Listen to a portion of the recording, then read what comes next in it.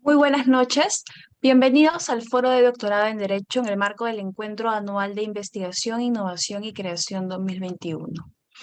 En esta ocasión vamos a contar con la participación del doctor Alexander Germán Sánchez Torres, del doctor Oscar Gersi y del doctor Oscar Paso. Ahora bien, recordarles al público que pueden realizar sus preguntas en el transcurso que los ponentes expongan sus ponencias y al finalizar ellos absolverán las mismas. Ahora bien, voy a presentar al doctor Alexander Germán Sánchez Torres. El doctor Sánchez es doctor en Derecho PUC con mención sobresaliente. Cuenta con estudios de postdoctorado en la Universidad degli Studi di Bologna, profesor de Derecho Procesal Penal PUC y UDEP.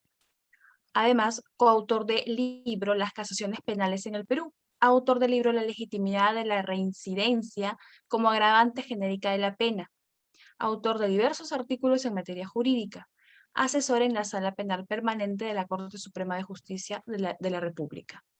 Estimado doctor, cuenta con el tiempo de 15 minutos para su ponencia.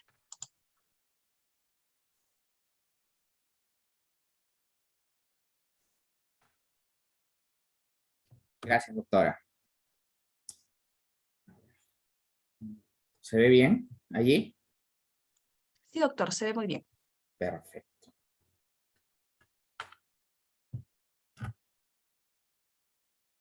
Perfecto. A ver.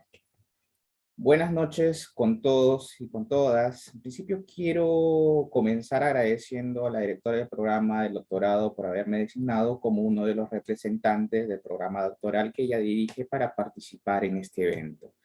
Asimismo, agradezco y felicito a los organizadores del Encuentro Anual de Investigación, Innovación y Creación 2021. En realidad voy a tratar de ser bastante breve para poder cumplir con estos 15 minutos que se me ha otorgado. Inicio la exposición de mi investigación señalando, como ya se indicó en la primera diapositiva, que esta investigación se titula El recurso de casación penal, control de los hechos. Rápidamente, el problema que presento tiene por objeto dar respuestas a dos preguntas fundamentales. La primera es determinar si el Tribunal de Casación puede conocer las cuestiones de hecho. Y aquí surge la segunda pregunta. Y de ser así, ¿cuál es el límite para hacer valer el control de los hechos en casación? En síntesis, y en concreto, el problema que presento se centra en el examen de la quaestio facti en el recurso de casación penal. Hipótesis. La hipótesis de la investigación es que es admisible que la Corte de Casación examine las cuestiones de hecho. Lo que se propone para no convertir a la casación en una tercera instancia ni desnaturalizar su esencia es el control externo, esto es, examinar si existió o no una infracción normativa. Lo relevante son las causales o infracciones invocadas. Queda vedado, por tanto, el control interno. ¿Y qué es el control interno? Aquel que realiza un examen autónomo de los medios de prueba para establecer los hechos probados en la sentencia. Entonces, es posible, sostengo que es posible invocar a través de la casación una infracción con relevancia en el juicio de hecho, lo que no altera la competencia funcional de la Corte Suprema respecto al mencionado recurso, se circunscribe las cuestiones que se circunscriba las cuestiones jurídicas. Otra cosa es que ese examen jurídico tenga trascendencia fáctica, aunque ello solo será consecuencia inevitable de la estimación del motivo. Ello se debe a que tan importante es la fijación de los hechos en el proceso que una incorrecta o indebida fijación de la misma conlleva a una incorrecta fijación de la ley. Ya no podrá afirmarse que se ha aplicado la ley al supuesto de hecho previsto en la norma. Y el Tribunal de Casación evidentemente no puede ser ajeno a su corrección. Entonces, el recurso de casación aquí no pretende, como el recurso de apelación, un examen del asunto. No, no. ¿Sí? Son cosas totalmente distintas. Sino, lo que busca la casación es un análisis sobre si el juicio emitido sobre el objeto procesal por la Sala Penal Superior ha infringido una disposición legal. El conocimiento de la Corte Suprema, en este caso, evidentemente está limitado. Desde la perspectiva fáctica, no debe confundirse el error en la valoración de la prueba con el error de juicio. ¿Y por qué es esto? Porque lo primero es una reevaluación propio del recurso de apelación y lo segundo es específico del recurso de casación. Entonces, en materia de la quaestio facti, solo es revisable aquel error del juez de mérito que es posible reconocer sin reproducción de pruebas. El juez de casación no debe ser llamado a un nuevo examen de la cuestión fáctica.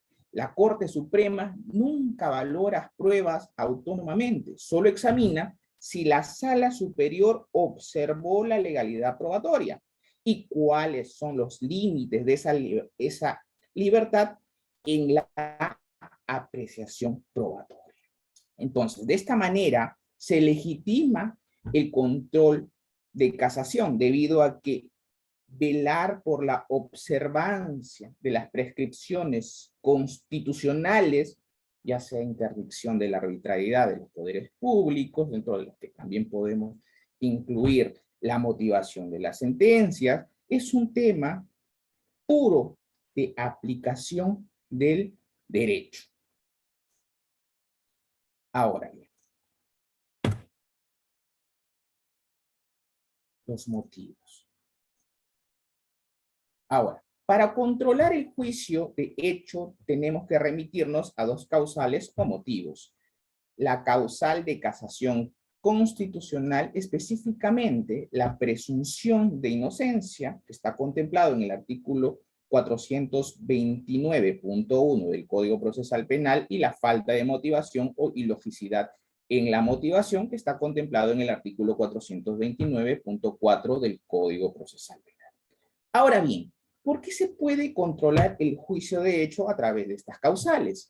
Porque estos preceptos informan el juicio de hecho, es decir, marcan la pauta de la construcción interna o externa del hecho. Entonces, al estar normativizado el hecho, se puede recurrir en casación. Además, si bien es cierto, la naturaleza jurídica de la casación permite conocer las cuestiones de derecho, sin embargo, el juez de casación no puede aceptar la declaración de los hechos si estos no son válidos. La pregunta que surge es, ¿cómo se puede fiscalizar estos hechos? Insisto, a través de la presunción de inocencia y la motivación. Empezaremos entonces a hablar un poco sobre la presunción de inocencia. Y como nosotros sabemos, la presunción de inocencia tiene una vertiente procesal y una vertiente extraprocesal. Lo que interesa para estos efectos es la vertiente procesal, específicamente la regla referida al juicio de hecho. Juicio de hecho. Es lo único que el Tribunal Supremo puede fiscalizar. En efecto, en casación se puede fiscalizar el juicio de hecho a partir de la invocación de esta regla de juicio de hecho, que tiene dos vertientes, una regla probatoria y una regla de juicio. Es lo que puede controlar la casación, la regla probatoria y la regla de juicio. Evidentemente, invocando la presunción de inocencia en su regla de juicio de hecho. Ahora bien, cuando se alega infracción normativa, esta no puede consistir en realizar, como ya se dijo con anterioridad, una nueva valoración de la prueba practicada por el Tribunal Superior, sino verificar que contó con una prueba acusatoria suficiente, si las pruebas son de cargo o no, si dicha prueba fue obtenida de manera lícita, es decir, sin violar derechos fundamentales o libertades fundamentales. Lo impugnado no son los hechos en sí, sino la corrección del juicio de hecho. Esto es su racionalidad, que se refiere a la existencia de prueba concluyente de la responsabilidad penal, más allá de toda duda razonable, apreciada según la sana crítica del juez. La casación debe controlar las reglas de prueba. De lo contrario, se corre el riesgo ¿de qué? De validar cualquier actividad probatoria, y ello no es así, no debe ser así. Por su parte, la regla de juicio está relacionada con la libre apreciación de la prueba y conduce a absolver si el juez no tiene la certeza de la culpabilidad del incausado, más allá de toda duda razonable. Este supuesto solo se lesiona cuando el juez, a pesar de la existencia real de la duda, condena. Así se lesiona. Entonces, la doctrina consolidada sostiene que esto no incide en el proceso de valoración de la prueba efectuado por el tribunal de instancia, que no ve mutiladas y, si se quieren, cercenadas sus facultades valorativas, que evidentemente van a permanecer intactas. El Tribunal Supremo, cuando se trata de actividad probatoria, no trata de imponer su propia valoración en detrimento del juez de instancia, ni sustituirlo.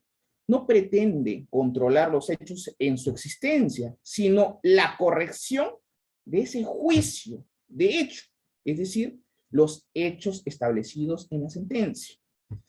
Ahora bien, con relación a la motivación, como ya dijimos, está contemplado en el artículo 429.4 del Código Procesal Penal.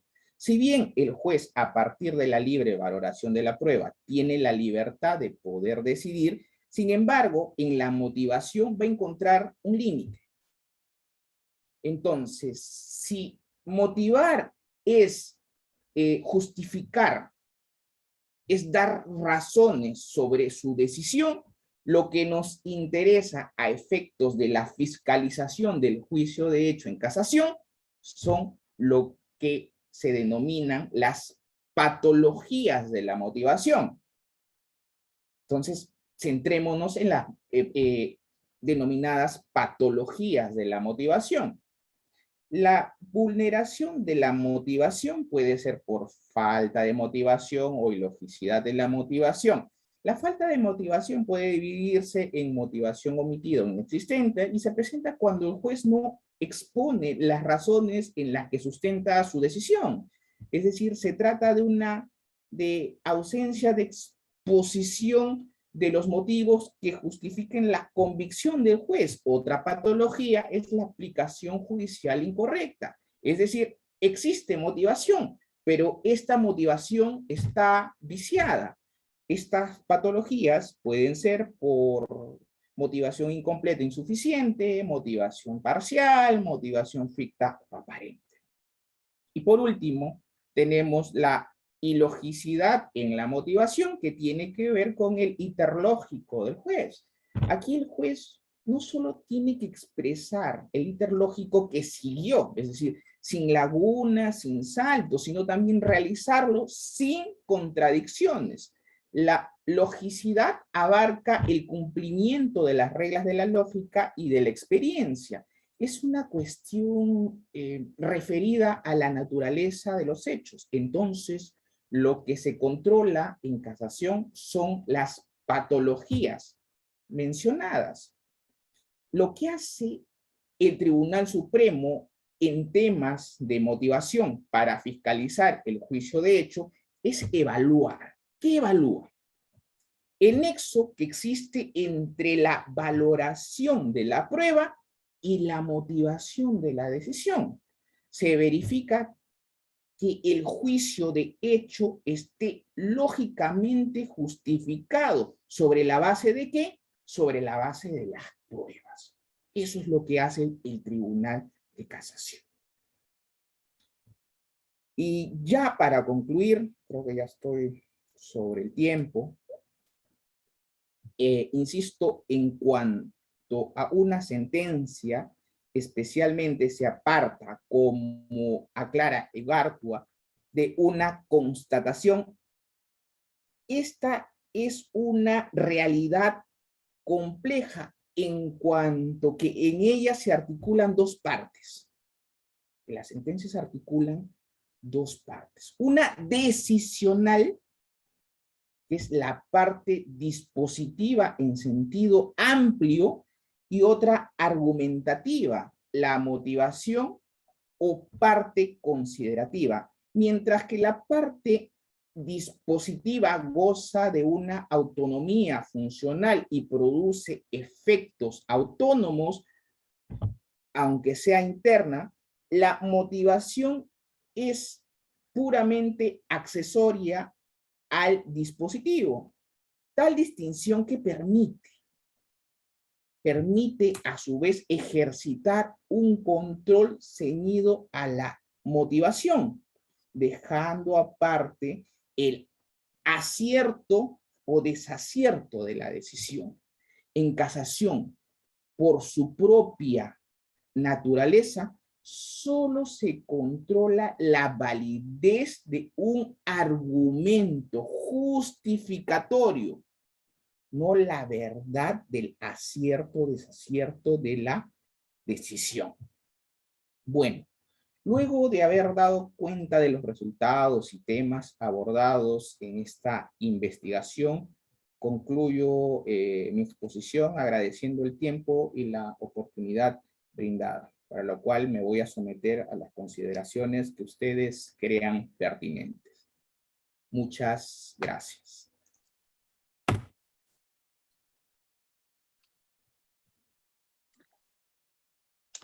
Muchas gracias, profesor Sánchez. Muy interesante su exposición. Ahora, bueno, el público puede hacer las preguntas en este momento o también durante toda la exposición, y los ponentes podrán observarlo también al finalizar. Un momento, por favor.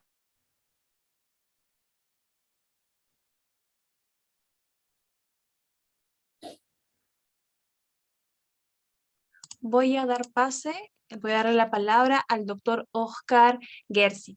El doctor Oscar Gersi es abogado por la Universidad Central de Venezuela y Master of Law por la Universidad de Columbia en Nueva York.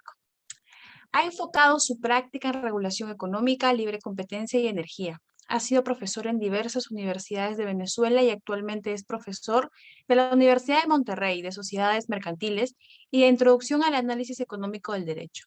Es doctorante por la Pontificia Universidad Católica del Perú. Ha publicado artículos científicos en diversas revistas arbitradas dentro y fuera de Venezuela. Estimado doctor, cuenta con el tiempo de 15 minutos. Hola, muy buenas tardes. Muchas gracias, Sofía. Saludos a todos los presentes y un agradecimiento a los convocantes de este encuentro y un especial saludo a mis compañeros del doctorado, Alexander y Oscar Pazzo, con una especial felicitación a Alexander por haber defendido exitosamente su tesis hace un par de meses. Bien, voy a tratar de resumir mi exposición y de ceñirla al tiempo asignado. Razón por la cual probablemente algunos temas queden un poco comprimidos, pero igual me someto al final. Un segundo que no puedo compartir.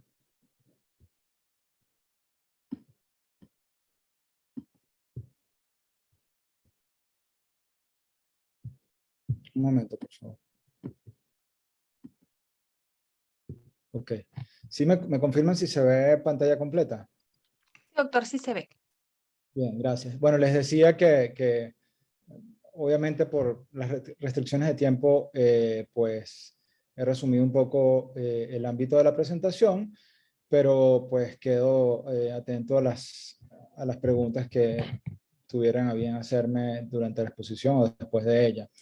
El título de mi proyecto de tesis doctoral es La economía del comportamiento y el derecho antitrust, los sesgos cognitivos y su empleo en el marco de los programas de clemencia para disuadir la formación de carteles y propiciar su disolución. Mi asesor de tesis es el economista José Tábara, profesor de la PUC, en virtud de que el proyecto de tesis tiene muchos elementos de análisis económico. Y pues el profesor es especialista en temas de competencia y la tesis pues transita un poco un camino limítrofe entre el mundo del derecho y el mundo de la economía, ¿no? Toda vez que estos asuntos de competencia económica tienen pues siempre imbuidos elementos de ambas disciplinas, ¿no? Ahora, ¿sobre qué versa la investigación? ¿De qué trata un poco y cuál es el camino que pretendo transitar el día de hoy? El objetivo del trabajo es analizar el impacto que tiene la economía del comportamiento sobre el derecho de la competencia económica o derecho antitrust para usar un vocablo un poco más económico, más corto. Pero ¿de qué manera? Concretamente, en el marco de los llamados, digamos, de su empleo dentro del marco de los llamados programas de clemencia para la disuasión y represión de la colusión como práctica específica, práctica anticompetitiva específica. Y hemos seleccionado el caso mexicano para hacer un análisis de la efectividad del programa de clemencia en México con miras a una propuesta concreta de mejora del programa de clemencia, asunto sobre el cual hablaré hacia el final de la exposición. La hipótesis de trabajo es la siguiente: si pueden emplearse las herramientas de la economía del comportamiento para mejorar la efectividad de las políticas anticolusivas. De nuevo, esto en el marco concreto de políticas anticolusorias que posean un programa de clemencia como el que posee México y también lo posee Perú, pero bueno, se ha seleccionado el caso mexicano como caso de estudio, ¿no? La estructura general de la tesis, pues, se hace una introducción al papel que juega el modelo de la elección racional dentro de la construcción tradicional del derecho de la competencia en sus diversas ramas y variantes en diversas jurisdicciones, que hoy en día se ha convertido en una práctica muy cosmopolítica que tiende mucho a la convergencia. Y esta parte de la investigación lo que hace es sustentar el papel que juega el modelo de la elección racional y el modelo del hombre económico. Ahorita voy a hablar con más detalle de eso. Luego más adelante se hace una exposición general sobre cuáles son los fundamentos de la llamada economía del comportamiento, su historia, digamos, sus axiomas básicos y cómo cuestiona o viene a alterar o a modificar parcialmente el modelo metodológico del comportamiento de los agentes económicos que ha venido empleando la economía neoclásica y por extensión, cómo ese modelo se ha venido aplicando en el mundo del derecho antitrust, pues la economía del comportamiento pues podría también tener un impacto en ese escenario, ¿no? Luego se hace un análisis muy concreto acerca del, digamos, la característica de la cartelización o de la colusión como una práctica anticompetitiva concretamente, especialmente perniciosa y dañina. Digamos, esto es ya el último capítulo de la tesis, se examina cómo algunas categorías de la economía del comportamiento pueden ayudar a construir herramientas que ayuden o faciliten la persecución y sobre todo la disuasión de los carteles. Más que la persecución, lo que nos interesa es la disuasión, el efecto disuasivo que las leyes y más que las leyes, las políticas de competencia en general pueden tener sobre esta práctica, ¿no? Y bueno, finalmente se hace un análisis sobre el caso mexicano bajo el análisis de la práctica, digamos, la experiencia mexicana, la experiencia que México ha tenido en la aplicación de sus programas de clemencia. Ahorita en un momento voy a explicar con detalle de qué trata, en qué consisten los programas de clemencia, porque México ya tiene una importante experiencia, tiene un programa que tiene ya más de 10 años de aplicación, que ha sufrido diversas modificaciones y reformas que han mejorado en alguna medida su efectividad. Y la idea es pues diseñar o hacer digamos, generar ideas que puedan ayudar a darle una mayor efectividad a los programas anticolusorios de México, concretamente al programa de clemencia, ¿no? Volviendo al primer punto sobre el cual versa la tesis, el tema central del cual se parte es que el modelo sobre el cual se ha construido el derecho a la competencia en gran medida es hijo o tributario de las nociones económicas de la llamada economía neoclásica o de la escuela de la economía neoclásica, en la cual el modelo del hombre económico o hombre perfectamente racional tiene un papel central, ¿no? El llamado Homo economicus. Este es un modelo metodológico que asume que los actores económicos tienen pues capacidades de racionalidad perfectas, no son necesariamente inmunes al error, pero los errores que cometen los individuos en el mercado, o en general los agentes económicos en un mercado, tienden a cancelarse entre ellos y a no variar el comportamiento general de la población de acuerdo con ese modelo de hombre económico, hombre perfectamente racional, ¿no? El desarrollo del derecho a la competencia ha estado especialmente influido en los últimos 50 años, pero sobre todo en los últimos 30, por la llamada Escuela de Chicago, Escuela de Pensamiento Económico de Chicago, que es ha venido un poco a depurar o a cultivar de forma especialmente poderosa la llamada economía neoclásica, y ha tenido además una especial influencia en el mundo del derecho de la competencia. Esta escuela de Chicago ha tenido una especial influencia tanto digamos, en Estados Unidos, donde obviamente ha pretendido ejercer su influencia, pero también en Europa y en América Latina.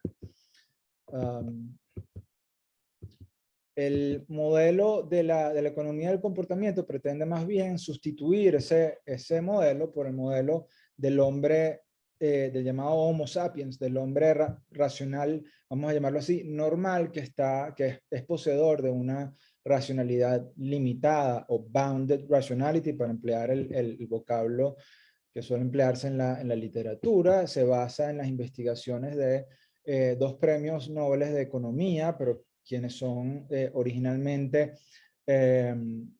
psicólogos, los israelíes Amos Tversky y Daniel Kahneman.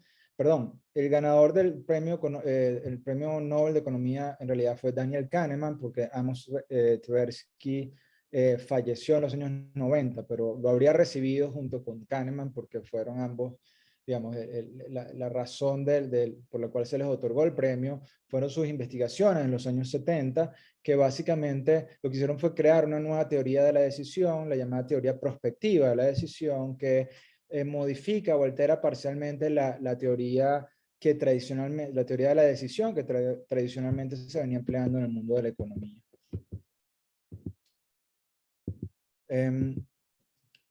Bien, entonces la idea básica es que el ser humano toma decisiones basándose en reglas de oro o heurísticas, y en algunos casos basándose en sesgos cognitivos que alteran el cálculo racional perfecto, y esos son errores previsibles y típicos del comportamiento humano.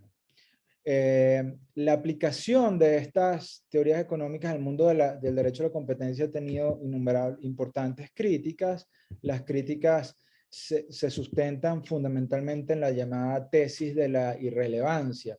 Se preguntan si los sesgos en realidad tienen un impacto digamos, predecible en el comportamiento concreto de prácticas concretas.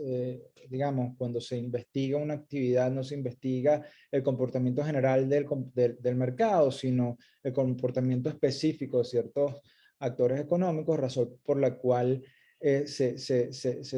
digamos, se ha elevado la idea de que probablemente la economía del comportamiento simplemente es irrelevante para el derecho a la competencia. También se ha criticado que no posee uniformidad metodológica, que hay sesgos y efectos cognitivos que van en sentidos contrarios, y la economía del comportamiento no parece ser muy consciente de esta realidad, que los proponentes no estiman el costo del error judicial o administrativo en la aplicación de algunas de estas nociones de economía del comportamiento.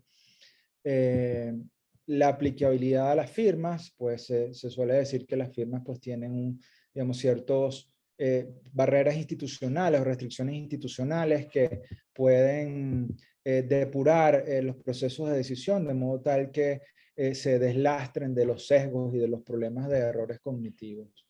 Al final se propone que el balance de las críticas es que tienen una aplicabilidad parcial, que es cierto que los sesgos cognitivos pueden ser corregidos en muchas ocasiones por el propio mercado, pero que también es cierto que en algunas ocasiones esos sesgos cognitivos y esas heurísticas pueden revelar prácticas anticompetitivas tradicionales.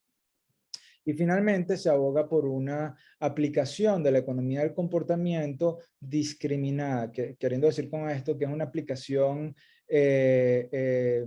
casuística, de análisis concreto, de prácticas concretas en casos determinados. Es decir, que no hay un rebautizo de la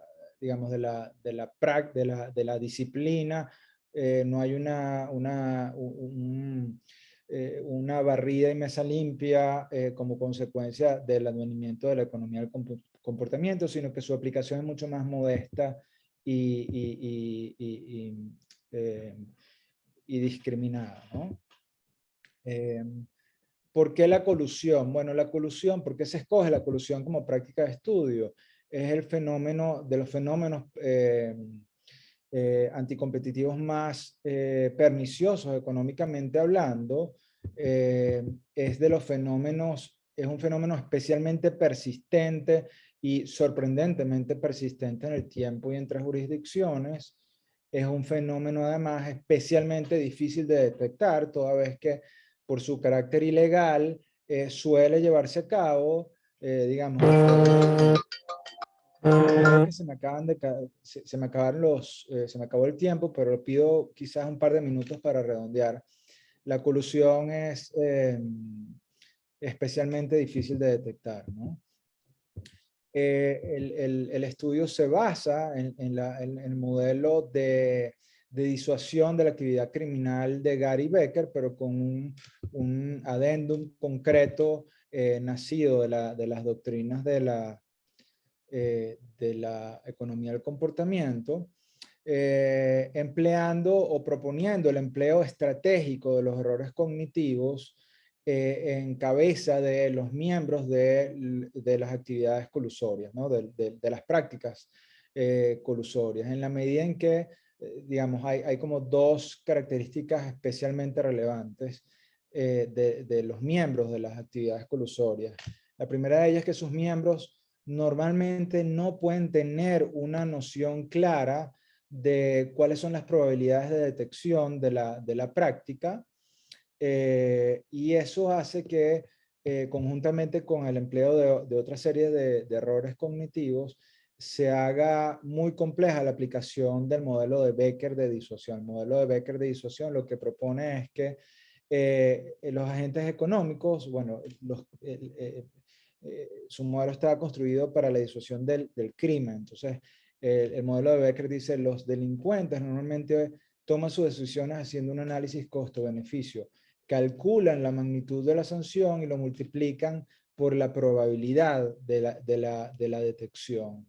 Ahora, en el mundo de la cartelización ocurre que toda vez que es una práctica clandestina sobre la cual ni siquiera las propias agencias de competencia tienen suficiente información como para saber cuántos carteles o colusiones hay en un determinado momento. Es una práctica muy difícil de detectar. Eso hace que todo el cálculo sobre la probabilidad se convierta en un cálculo muy difícil de llevar a cabo para las agencias de competencia, pero también para los propios competidores que entran en estos acuerdos colusorios. Eso puede emplearse, sostengo yo, de acuerdo con la economía del comportamiento, en favor de las propias agencias de competencia, explotando los llamados, explotando precisamente los programas de clemencia. Un programa de clemencia es un programa que invita a los participantes de una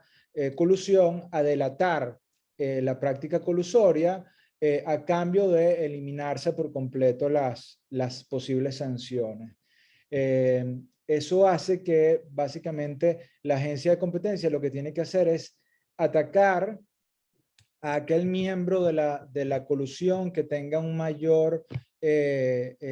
mayor aversión al riesgo, y hay diversos elementos de la economía conductual que permiten, o digamos, diversas herramientas de la economía conductual que permiten hacer esto, por ejemplo, elevando las probabilidades de la deserción y elevando la percepción del riesgo, que esto es lo más importante, el efecto llamado efecto de encuadramiento, que es un efecto muy estudiado en la economía del comportamiento, permite elevar la percepción que tenemos de que algo puede efectivamente ocurrir. Entonces, lo relevante al final del día no es tanto la probabilidad de que algo vaya a ocurrir, sino la percepción de esa probabilidad. Si las agencias de competencia pueden jugar con eso, pueden hacer que los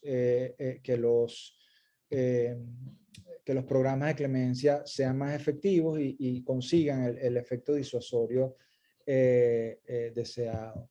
Bueno, para terminar, porque sé que se me pasó el tiempo, el estado de la investigación en este momento, estamos haciendo un análisis de la data, de la experiencia de la agencia mexicana que se llama COFESE, para cruzarlo con los hallazgos recientes del Banco Mundial, que todavía no han sido publicados, porque están por publicarse, sobre la tasa de detección de las prácticas colusorias, para a raíz de allí tener una estimación más ajustada de cuál es la efectividad del programa de clemencia en México, y a raíz de eso hacer una propuesta de modelo de herramientas para el kit de herramientas de la agencia,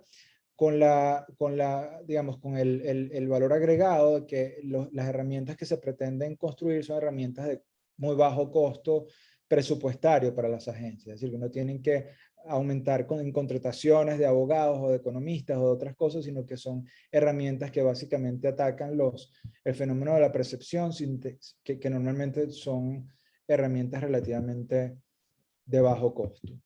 Bien, con eso cierro. Pido disculpas por haberme extendido. Sé que me pasé varios minutos. Muchas gracias por su atención y quedo atento a sus preguntas.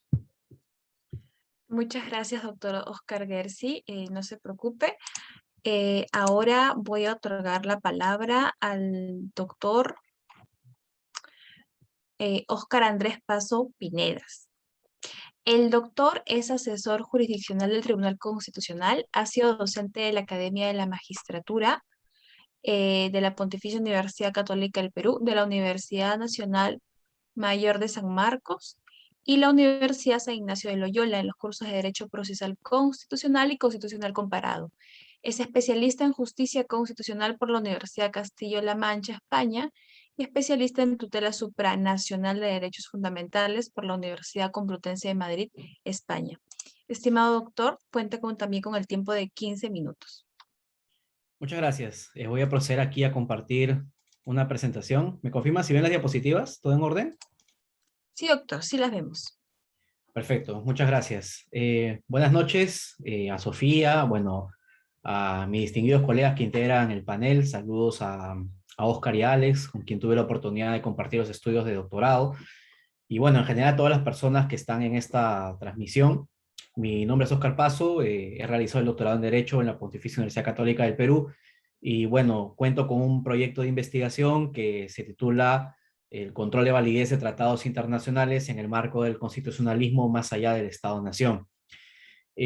Comento brevemente de qué trata todo esto, ¿no? Es una investigación que en principio está dividida en 3 capítulos.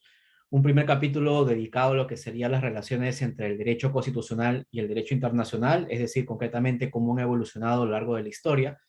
Un segundo capítulo que examina las formas que tanto desde el derecho interno como del derecho internacional se han explorado para resolver las tensiones entre las constituciones y los tratados internacionales, porque evidentemente hay respuestas desde los tribunales locales, pero también existen respuestas desde los organismos internacionales. El segundo capítulo se dedica a explorar cuál es el estado de la cuestión en la actualidad. Y finalmente, el tercer capítulo aborda el tema ya concreto del control de constitucionalidad de los tratados y, bueno, algunas pautas referenciales que deberían ser tomadas en consideración por parte de las Cortes que ejercen este control de validez. ¿Cuáles son los problemas que concretamente se han advertido en la investigación, ¿no? Estamos en un escenario bastante delicado porque al hacer referencia a un control de validez de tratados internacionales por parte de un juez interno, siempre un primer cuestionamiento que sale a flote es el tema relativo a la facultad, a la competencia o inclusive a la legitimidad con la que un tribunal interno podría controlar la validez de un tratado internacional. Evidentemente estos temas son más o menos recientes porque en la antigüedad, bueno, por antigüedad me refiero pues al siglo XVIII y XIX, estos conflictos entre constituciones y derecho internacional evidentemente eran resueltos a favor del derecho interno, ¿no? Pero con todos los avances de los procesos de la globalización, estas interacciones ciertamente han sido palmariamente alteradas cuando hablamos de tribunales nacionales frente al derecho internacional. Y evidentemente la primera pregunta es ¿por qué los tribunales locales tendrían que ejercer este control en el contexto actual de la globalización? Esto obedece a que, en líneas generales, los estados son cada vez más proclives, por los avances de la globalización, a ratificar tratados internacionales, ¿no? En esa medida, la tesis problematiza por qué un juez interno tendría que eventualmente pronunciarse sobre un acto de derecho internacional público. Y evidentemente aquí se comienza a desarrollar la idea de la legitimidad, ¿no? Lo que se sostiene en la tesis es de que el derecho internacional actual, al menos, se encuentra en una fase todavía precaria, donde el nivel de legitimidad democrática particularmente es bastante endeble, donde podemos presenciar lo que sería a poderes ejecutivos, es decir, a presidentes o jefes de gobierno, con cada vez mayores atribuciones para elaborar la política internacional, y todo esto evidentemente tiene un considerable impacto en el ámbito interno del derecho de los estados. ¿Por qué se comenta esto de forma específica? Porque cuando uno advierte cómo ha evolucionado el poder de los jefes de gobierno o los jefes de Estado para celebrar tratados internacionales, un gran inconveniente es de que en muchas oportunidades el jefe de Estado o el jefe de gobierno pretende obtener, en virtud de reglas de derecho supranacional o de derecho internacional, cosas que muy probablemente no podría obtener si se aplicaran las reglas del derecho interno, ¿no? Porque puede ciertamente contar con el freno o la oposición del Parlamento o de cualquier otro órgano de control nacional. Y acá viene el gran asunto, ¿no? Las constituciones son normas jurídicas que diseñan no solamente la estructura interna del Estado, sino que también establecen pautas para la política exterior de los Estados, ¿no? De hecho, el Treaty Making Power, es decir, el poder de hacer los tratados internacionales, también suele estar enmarcado y diseñado al interior de una constitución nacional. En esa medida, el presidente de la República o el jefe de gobierno o quien haga sus veces no puede alterar por un acto de poder constituido, porque él es poder constituido, la voluntad del poder constituyente. Y esta frase también aplicaría para todo lo relativo a la celebración de actos en virtud del derecho internacional. Evidentemente, tiene que existir un contrapeso, ¿no? Luis Ferrayol y varios autores más han hablado, por ejemplo, de poderes salvajes, al momento de hacer referencia a que ciertamente en el contexto internacional hay una aceleración muy salvaje de los procesos de globalización que particularmente están asociados pues con empresas transnacionales o grandes organismos de este mismo carácter. Y sin embargo, lo que sería la persona cada vez ha sido más relegada, ¿no? En el siglo XVIII las constituciones habían partido de la idea de que la persona era el centro del ordenamiento, de que la constitución era elaborada por la nación, pero sin embargo al día de hoy casi las más importantes decisiones son elaboradas en virtud de políticas internacionales, donde hay que hacer un engranaje y esfuerzos conjuntos entre varios estados, y cada vez sin darse cuenta la persona ha sido más relegada en el ámbito de la adopción de decisiones, ¿no? Estos cuestionamientos se han advertido, por ejemplo, en la Unión Europea, donde se cuestiona que los espacios de decisión han sido cooptados, al parecer, por grupos tecnocráticos, y en el ámbito del derecho internacional también se dice de que las personas en líneas generales también han sido bastante postergadas respecto de lo que sería la adopción de decisiones que finalmente terminan involucrando a las propias personas al interior de los estados, ¿no? Y claro, lo que se propone en la tesis es de que los tribunales internos pueden hacer una especie de rol de contrapeso, ¿no? Es decir, el gobierno es el principio que diseña la política exterior de los estados, pero esto no impide que excepcionalmente los tribunales de justicia puedan controlar si es que este gobierno o el jefe de estado, quien haga las veces, ha desarrollado la política exterior dentro de los marcos que establece la Constitución. Porque puede que bajo el pretexto de que se celebre un tratado internacional, el presidente intente evitar los controles por parte del Parlamento. Lo que se busca entonces es encauzar la política exterior para que cuente con cierta dosis de respeto a la Constitución, que es una norma que debe ser todavía considerada muy en serio, y en este rol los tribunales locales cuentan con un rol bastante relevante, ¿no? Y evidentemente lo que se sostiene es de que los tribunales locales son justamente los foros en los que se puede fortalecer la legitimidad del derecho internacional. Esto por varias razones, ¿no? Una forma de hacerlo es de que los tribunales locales son los primeros en aplicar el derecho internacional. Antes de que las grandes cuestiones se debatan en el ámbito del foro internacional, siempre son los tribunales internos los que interactúan con los tratados internacionales. Cuando un juez interno aplica directamente el derecho internacional, pues de una u otra manera lo está reconociendo como derecho plenamente aplicable y le otorga cierto nivel de legitimidad. Pero claro, también podría darse el escenario donde lo que se someta a consideración sea de que el Poder Ejecutivo ha vulnerado el procedimiento del Treaty Making Power, o sea, el poder de hacer los tratados, o de que el tratado internacional suscrito con un tercer país eventualmente pueda ser también contrario a derechos fundamentales. Y es ahí donde se comienza a plantear la tesis los problemas relativos a los mecanismos procesales que deberían implementarse al interior de los estados para encontrar un justo equilibrio entre la protección de lo nacional y el respeto de los tratados. Ahora, claro, cuando decimos el respeto de lo estrictamente nacional, no nos referimos a un concepto de soberanía pues que sea propio del siglo XVII o XVI, ¿no? Es decir, una visión exclusivamente nacionalista de la soberanía, sino de que nos referimos, entre otras cosas, a los derechos fundamentales de las personas que evidentemente no intervienen en el diseño y elaboración de la política internacional, ¿no? Y se hace referencia en la tesis a, bueno, dos grandes modelos, que son los modelos que instauran controles preventivos para evaluar la constitucionalidad de los tratados, y también se hace referencia a modelos de control posterior.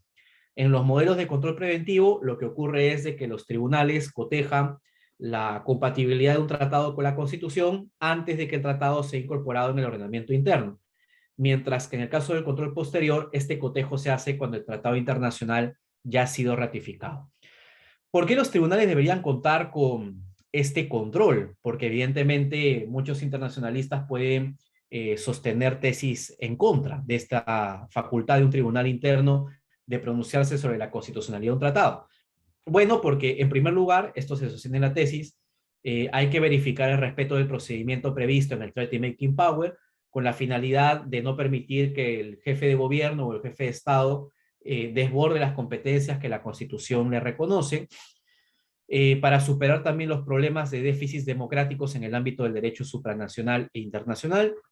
Esto concretamente por lo que había comentado, la persona cada vez es más postergada en el ámbito de las decisiones internacionales, no tiene voz, no tiene voto directo, estamos ante escenarios cada vez más tecnocráticos y evidentemente este control, que ciertamente es excepcional, que se promueve a nivel de los tribunales internos, puede contribuir y bastante a lo que sería este equilibrio entre la protección de los derechos y a su vez el respeto también al diseño y elaboración de la política exterior del Estado por parte del jefe de gobierno.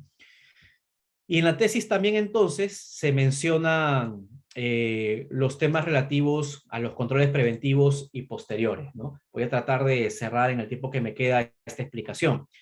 Lo primero que se señala en la tesis es de que debe reconocerse que el diseño y elaboración de la política exterior del Estado es algo que en principio corresponde al Poder Ejecutivo. Sobre esto hay un consenso general, es algo que proviene desde hace bastante tiempo, desde las viejas monarquías era el rey el que establecía la política exterior del Estado. Esto se mantuvo también en el ámbito de la Revolución Francesa y la Revolución de las 13 colonias, como se ha podido mencionar en el primer capítulo de la tesis. Y evidentemente esto ha generado que se aprueben algunas tesis que respeten esta prevalencia. Por ejemplo, hay tribunales que reconocen la doctrina de las political questions, es decir, las cuestiones políticas no judicializables, para sostener de que no pueden controlar la política exterior del Estado. Esto es una especie de residuo de las viejas doctrinas que estipulaban que solamente el gobierno era el que diseñaba la política exterior.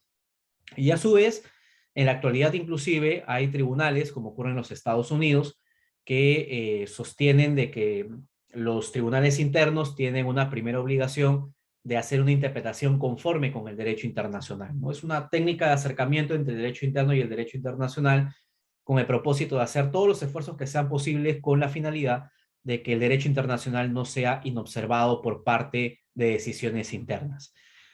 Y esto a su vez implica de que las declaraciones de invalidez tengan que ser de última ratio. Pero claro, esto ocurre ya en el ámbito constitucional. En la tesis lo que se propone es de que los tribunales de justicia no pueden hacer declaraciones de invalidez inmediata de los tratados internacionales, porque la única forma de dejar sin efecto un tratado internacional es por las propias reglas establecidas en el ámbito del derecho internacional público.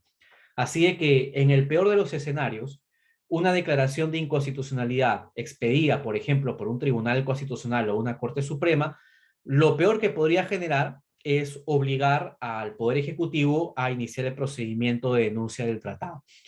Claro, la tesis se propone en fórmulas alternativas que los tribunales, en virtud de su creatividad cada vez más recurrente, pueden emplear, pero en líneas generales la denuncia del tratado, que es una regla establecida en el derecho internacional como válida, podría ser una de las que sugiera un tribunal o corte de naturaleza constitucional.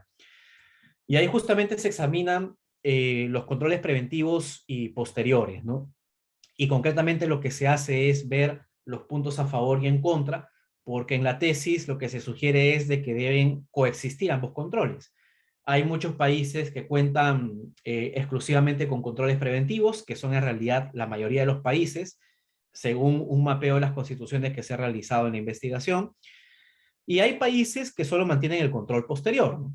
Esto es de que solo controlan la constitucionalidad del tratado internacional cuando éste ya ha ingresado al ordenamiento jurídico.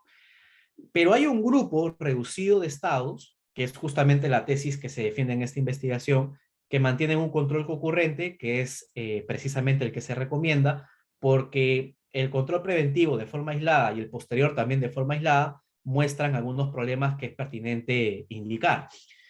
En el caso de los controles preventivos hay un gran inconveniente porque solamente hay pocos sujetos legitimados para controlar o solicitar el control de la constitucionalidad de un tratado internacional.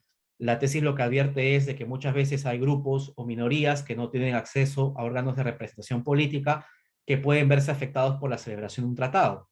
Me pongo a pensar en una comunidad indígena, por ejemplo, que se vea afectada por algún convenio o inversión extranjera. Nos ponemos a pensar en el caso de solicitantes de refugio que se vean perjudicados por tratados bilaterales o multilaterales respecto del tratamiento de los solicitantes y un considerable etcétera. Y evidentemente otro gran problema que tienen los controles preventivos aislados es de que no toman en cuenta de que muchas veces el significado del tratado muta con el tiempo, ¿no? Esto lo hemos visto varias veces en jurisprudencia de tribunales internacionales. A veces los tribunales le ascriben un sentido interpretativo a un convenio internacional que no se extrae siquiera de la literalidad de un convenio, ¿no? Y en el caso de los países que solo manejan controles posteriores, pues manejan el inconveniente de que los controles preventivos tienen la ventaja de no comprometer la responsabilidad internacional del Estado. Siempre es recomendable que estos problemas se solucionen ex ante, ¿no? La tesis, sin embargo, defiende la idea de que en algunos contextos excepcionales se puede hacer un control ex post, pero lo recomendable es ex ante para que no se comprometa la imagen internacional del Estado. Ahora, claro, esto evidentemente no impide de que los estados, en virtud de la protección de su constitución, puedan también establecer algunos lineamientos para la tutela de los derechos fundamentales de algunas minorías. Se menciona que el control posterior tiene la ventaja de que permite que las personas, por ejemplo, afectadas por un tratado, puedan litigar ante una corte de justicia en el escenario en que se vean perjudicadas por la aprobación de algún tratado internacional. Tiene la ventaja también de someter a control al Poder Ejecutivo, que como habíamos comentado, cada vez tiene un poder más desbordante. Y finalmente es un control que se ejerce en virtud de las propias reglas del derecho internacional, ¿no? O sea, en la tesis no se defiende la idea de que un tribunal interno pueda dejar sin efecto un tratado internacional. Eso sería contrario a las reglas de la Convención de Viena. Pero sí a que eventualmente se exhorte a los órganos de representación política a que puedan emplear los mecanismos válidos según el derecho internacional para desvincularse del tratado. En la tesis se mencionan varios ejemplos de escenarios en los que es recomendable ejercer este control posterior. Por eso la tesis parte de la premisa que debe ser un control preventivo en líneas generales, o sea, en principio debería ser un control preventivo, y en supuestos excepcionales un control posterior, pero este control posterior no debe ser ajeno a las reglas del derecho internacional. Eso en buena cuenta es la explicación de esta investigación. Evidentemente por temas de tiempo hay varios temas que no he podido desarrollar. No sé si concretamente hubiera alguna duda o inquietud. Si lo hubiera, estoy presto a absolverla, y de no existir alguna duda o inquietud, yo habría culminado con mi exposición agradeciendo por el gentil espacio para la difusión de estas investigaciones que realiza la Pontificia Universidad Católica del Perú. Muchas gracias, doctor Oscar Paso. Ha sido muy interesante su ponencia. Y bueno, dado que no tenemos preguntas por el momento, seguramente ha quedado todo claro. Que igual, de nuevo, reitero mi agradecimiento al doctor Alexander Sánchez, Oscar Gersi y de nuevo al doctor Oscar Paso por sus presentaciones, por compartir sus investigaciones con nosotros. Y bueno, doy por culminada el acto académico del día de hoy. Muchas gracias y ya nos encontraremos en una próxima oportunidad. Muchas gracias. Gracias. Muchas gracias. Nos vemos. Luego. Saludos, Alex, Oscar. Chao, Oscar. Chao, Saludos, Oscar. saludos, Cuídense. saludos a ambos. Fuerte abrazo. Un abrazo.